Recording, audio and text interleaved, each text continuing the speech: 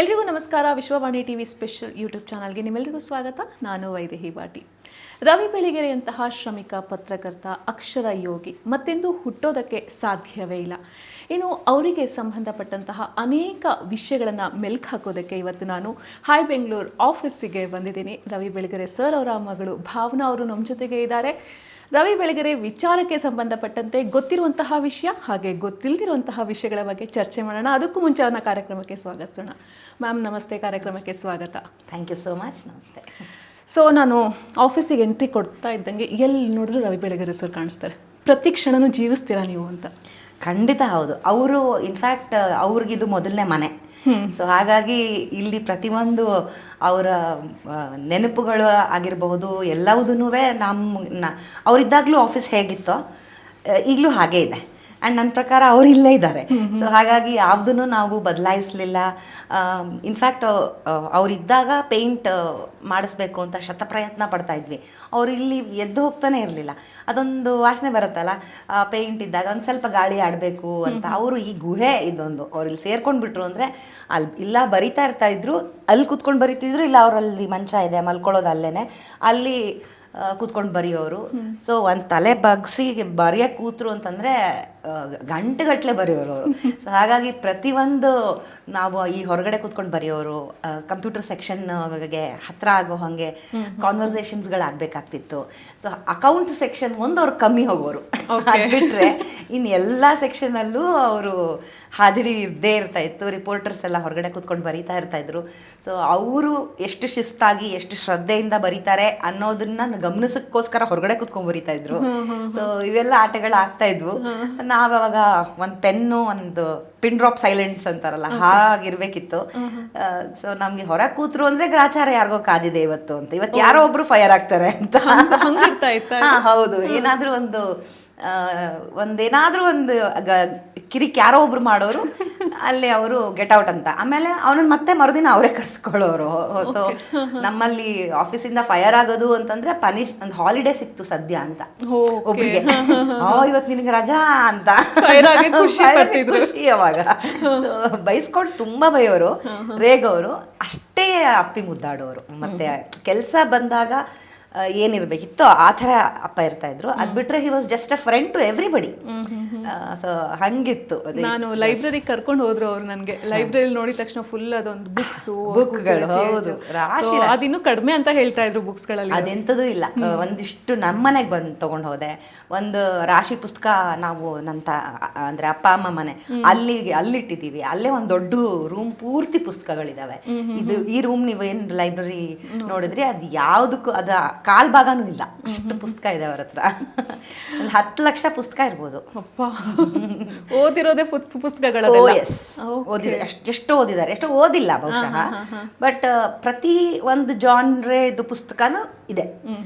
ಅಂದ್ರೆ ಇವಾಗ ಹೆಂಗೆ ಅಪ್ಪ ದೇವ್ರನ್ನ ನಂಬಲ್ಲ ಅಥವಾ ದೇವ್ರನ್ನ ನಂಬಲ್ಲ ಅಂತ ಅವ್ರು ಯಾವತ್ತೂ ಅಂದ್ರೆ ಹಂಗೆ ಹೇಳ್ತಿರ್ಲಿಲ್ಲ.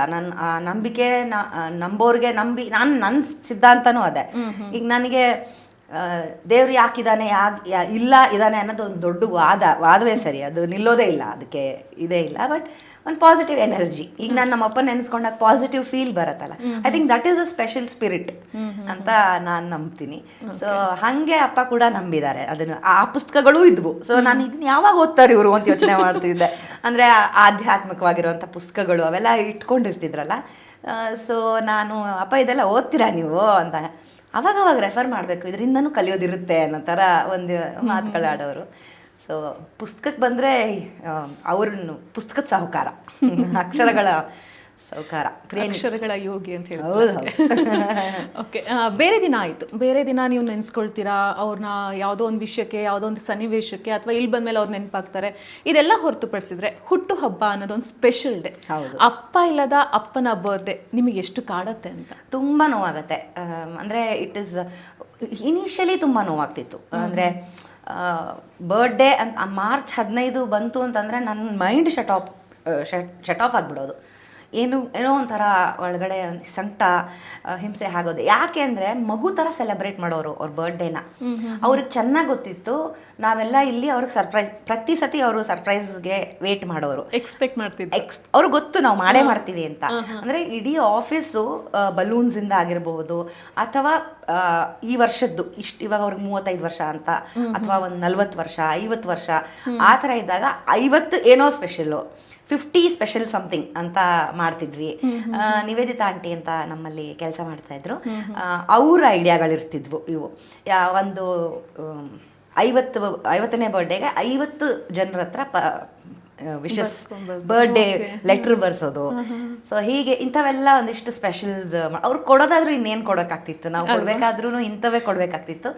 ಬಟ್ ಆಮೇಲೆ ಅಭಿಮಾನಿಗಳು ಬರ್ತಾರೆ, ಅದೆಲ್ಲ ತುಂಬಾ ಅಂದ್ರೆ ಮಕ್ಳು ಬರ್ಡೇ ಸೆಲೆಬ್ರೇಟ್ ಮಾಡ್ಕೊಳಲ್ವಾ, ಇವತ್ತು ನಾನು ಹ್ಯಾಪಿ ಬರ್ಡೇ ಅಂತ ತಗೋ ಒಂದು ಚಾಕ್ಲೇಟ್ ಕೊಡಲ್ವಾ ಮಕ್ಕಳು ಸ್ಕೂಲಲ್ಲಿ ಇಡೋ, ಆ ಥರ ಮುಖ ಇರೋದು ಅವ್ರದ್ದು, ಒಂದು ಮಗು ಮುಖ ಇರೋದು. ಸೊ ಅದೆಲ್ಲ ಮಿಸ್ ಆಗತ್ತೆ ಇವಾಗ. ಅವ್ರಿಗೆ ನಾನು ಏನು ಮಾಡ್ತಿದ್ದೆ, ಪ್ರತಿ ಸತಿ ಅವ್ರು ಬೆಳಗ್ಗೆ ಎದ್ದ ಕೂಡಲೇ ಬರ್ಡೇಗೆ ಬ್ರಷಿಂದ ಹಿಡಿದು ಟವಲ್ ಏನೇನು ಅವತ್ತಿನ ದಿನಕ್ಕೆ ಎಲ್ಲದೂ ಹೊಸದು, ಈವನ್ ಚಪ್ಪಲಿ, ಮನೆಯಲ್ಲಿ ಹಾಕೊಳಕ್ ಒಂದು ಚಪ್ಪಲಿ, ಹೊರಗಡೆ ಹಾಕೊಳಕ್ ಒಂದು ಚಪ್ಪಲಿ, ಆ ಥರದ್ದೆಲ್ಲ ಒಂದು ಇನೋವೇಟಿವ್ ಆಗಿ. ಅವ್ರಿಗೆ ಅಫ್ಕೋರ್ಸ್ ಶೇವಿಂಗ್ ಸೆಟ್ ಒಂದು ಕೊಡೋಕ್ಕಾಗಿರ್ಲಿಲ್ಲ, ಯಾಕಂದ್ರೆ ಅವರು ಶೇವೆ ಮಾಡ್ಕೊಳ್ತಾ ಇರಲಿಲ್ಲ. ಸೊ ಹೀಗೆ ಸೆಲೆಬ್ರೇಟ್ ಮಾಡಿಕೊಂಡು ಒಬ್ಬೊಬ್ರು ಒಂದೊಂದು ರೀತಿ ಒಂದು ಸ್ಪೆಷಾಲಿಟಿ ಅಂತ ಕೊಡ್ತಿದ್ವಿ, ಸೆಲೆಬ್ರೇಟ್ ಮಾಡ್ತಿದ್ವಿ. ಅದಕ್ಕೆ ಅವ್ರೇನು ಮಾಡೋರು, ಬೇಕಂತಲೇ ಮನೆಗೆ ರಾತ್ರಿ ಬಂದು ಸೆಲೆಬ್ರೇಟ್ ಮಾಡೋರು. ನಮ್ಮ ಎಲ್ಲ ಫ್ಯಾಮಿಲಿ, ಅಕ್ಕ ತಮ್ಮ ಅಮ್ಮ ನಾನು ಎಲ್ಲರೂ ಇರ್ತಿದ್ವಿ. ಮನೆಯಲ್ಲಿರೋರೆಲ್ಲರೂ ಇದ್ದು 12 ಗಂಟೆ ಕೇಕ್ ಕಟ್ ಮಾಡಿಬಿಟ್ಟು ಒಂದೂವರೆ ಗಂಟೆವರೆಗೂ ರಾತ್ರಿ ಇದ್ದು ಇಲ್ಲಿಗೆ ಬರೋರು. ಬೇಕಂತ ಅವ್ರು ತುಂಬ ಮಲಗಲ್ಲ, ಆಮೇಲೆ ಲೇಟಾಗಿ ಮಲಗ್ತಾರೆ, ಲೇಟಾಗಿ ಹೇಳ್ತಾರೆ. ಅದು ಅವ್ರದ್ದು ಬಾಡಿನೇ ಹಂಗೆ ಸೆಟ್ ಆಗಿಬಿಟ್ಟಿತ್ತು, ಬಿಕಾಸ್ ತುಂಬ ಬರೆಯೋರು ಅವರು. And he was not a early bird. ಬೆಳಗ್ಗೆ ಬೇಗ ಎದ್ದೇಳಬೇಕು ಅದಿರಲಿಲ್ಲ ಅವ್ರಿಗೆ. ಎದ್ದೇಳೋದು ಅಂತಂದ್ರೇ ತುಂಬ ಲೇಟು. 0 ಗ್ರೌಂಡ್ ರಿಪೋರ್ಟಿಂಗ್ ಅಂತ ಏನು ಮಾಡ್ತಿದ್ರು, ಹೈ ಬ್ಯಾಂಗ್ಳೂರ್ ಅವರೊಬ್ಬರೇ ನಡೆಸ್ತಿದ್ರು, ಇಡೀ ಪುಟ ಅವರೇ ಬರೀತಾ ಇದ್ರು. ಆವಾಗ ಇದ್ದಿದ್ದು Vittal Murthy uncle, Nivedita aunty, reporters Somnath ಅವರಿದ್ರು.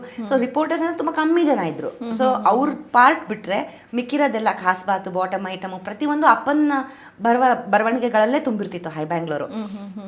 ಸೊ ಅವಾಗ ಬೇಗನೆ ಎದ್ದೇಳ್ಬೇಕು, ನಿದ್ದೆನೇ ಮಾಡ್ತಾ ಇರಲಿಲ್ಲ ಅವಾಗ. ಸೊ ದಟ್ ವಾಸ್ ಅಗೇನ್ ಇದು. ಆಮೇಲೆ ಕೊನೆಗೆ ಬೆಳಗಿನ ಜಾವದವರೆಗೂ ಬರೆದು ಬೆಳಗ್ಗೆ ಮಲ್ಕೊಳ್ಳೋರು. ಬೆಳಗ್ಗೆ ಮಲ್ಕೊಂಡ್ರೆ ಒಂದು 11 ಗಂಟೆ 11:30 ಹಂಗೆ ಎದ್ದೇಳೋರು. ಮ್ಯಾಕ್ಸಿಮಮ್ ಒಂದು 3-4 ಅವರ್ಸ್ ಮಲ್ಗೋರು. ಸೊ ಇದವ್ರದ್ದು ರೂಟೀನ್ ಆಗಿತ್ತಲ್ಲ, ಅವತ್ತು ಬೇಕಂತ ಲೇಟ್ ಮಾಡೋದು. ಅಂದ್ರೆ ಇನ್ನು ಆಗಿಲ್ಲ, ಅಲ್ಲಿ ಇಲ್ಲಿ ಕೂತ್ರೆ ಅಲ್ಲಿ ಮಲಗಿದ್ರೆ ಇಲ್ಲಿ ಕೂತ್ರೆ ಗೊತ್ತಾಗುತ್ತಲ್ಲ, ಓಕೆ ಇವ್ರು ಇನ್ನೂ ಏನೋ ಮಾಡ್ತಿದ್ದಾರೆ, ನಾನು ಹೋಗ್ಬಿಟ್ರೆ ಡಿಸ್ಟರ್ಬ್ ಆಗುತ್ತೆ, ಅವ್ರಿಗೆ ಸರ್ಪ್ರೈಸ್ ಹೋಗುತ್ತೆ ಅಂತ. ಸೊ ನಮಗೂ ಅದು ಗೊತ್ತು, ಅವ್ರು ಬರಲ್ಲ, ನಾವು ಮುಗಿಸೋರ್ಗೂ ಬರಲ್ಲ ಅಂತ. ಸೊ ಈ ಥರ ಒಂದು ಸೆಲೆಬ್ರೇಷನ್ ನಡೀತಿತ್ತು. ಈಗ ಅದು ಯಾವುದೂ ಇಲ್ಲ. ಈಗ ಏನು ಮಾಡಬೇಕು, ಒಂದು ಫೋಟೋ ಇಡಬೇಕು, ಅವರಿಗೆ ಆ ಕುಂಕುಮ ಹಚ್ಕೊಳ್ಳೋದಾಗ್ಲಿ ಅದೆಲ್ಲ ಇವಾಗ ನೋಡಿದ್ರು ನಾವು ಕುಂಕುಮ ಎಲ್ಲ ಹಚ್ಚಿಲ್ಲ. ಒಂದು ಹಾರ ಹಾಕಬೇಕು, ಅದೇ ನಾವು ಬದುಕಿದ್ದಾಗ ಹಾಕೋದಕ್ಕೂ ಫೋಟೋಗೆ ಸಂಕಟ ಆಗುತ್ತಲ್ವ, ಅದೊಂಥರ ಹ್ಯಾಪಿ ಬರ್ಡೇ ಅಂದಾಗ ನಾವು ಹಾರ ಹಾಕಿದ್ದು ಉಂಟು, ಅವರು ಅದನ್ನು ಹಾಕ್ಕೊಂಡು ಸೆಲೆಬ್ರೇಟ್ ಮಾಡಿ ಕೇಕ್ ಕಟ್ ಮಾಡಿ ಅದೆಲ್ಲ ಮಾಡಿದ್ದು ಉಂಟು. ಈಗ ಫೋಟೋಗೆ ಹಾಕ್ತಾ ಇದ್ದೀನಿ. ಸೊ ಇಟ್ ಈಸ್ ವೆರಿ, ಮೊದಲು ತುಂಬ ಅಳು ಬರೋದು, ದುಃಖ ಆಗೋದು.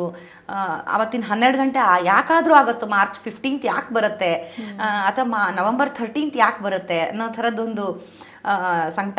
ಅವರು ಅಗಲಿದ್ದು ನವೆಂಬರ್ 13th, ಸ್ಪರ್ಶಕ್ಕೆ ಸಿಗಲ್ಲ. ನಾನು ಈಗಲೂ ಹೇಳೋದು, ಅವ್ರು ಇಲ್ಲೇ ಇದ್ದಾರೆ ಆದರೆ ಸ್ಪರ್ಶಕ್ಕೆ ಸಿಗಲ್ಲ, ಫಿಸಿಕಲ್ ಆಗಿಲ್ಲ ಅವರು. ಸೊ ಈಗ ಅದೆಲ್ಲದನ್ನು ಒಂದು ಟೈಮ್ ಹೀಲ್ಸ್ ಅಂತಾರಲ್ಲ, ಅಫ್ಕೋರ್ಸ್ ನೆನಪುಗಳು ಮರೆಯೋದಲ್ಲ ಅಂತ ಅಲ್ಲ, ದುಃಖನ ಕನ್ವರ್ಟೆಡ್ ಟು ಸೆಲೆಬ್ರೇಷನ್. ಇಷ್ಟು ಬಿಟ್ಟು ಹೋಗಿದ್ದಾರೆ, ಇಷ್ಟು ಮಾಡಿದ್ದಾರೆ, ಇಷ್ಟು ಕೊಡುಗೆಗಳನ್ನ ಕೊಟ್ಟಿದ್ದಾರೆ.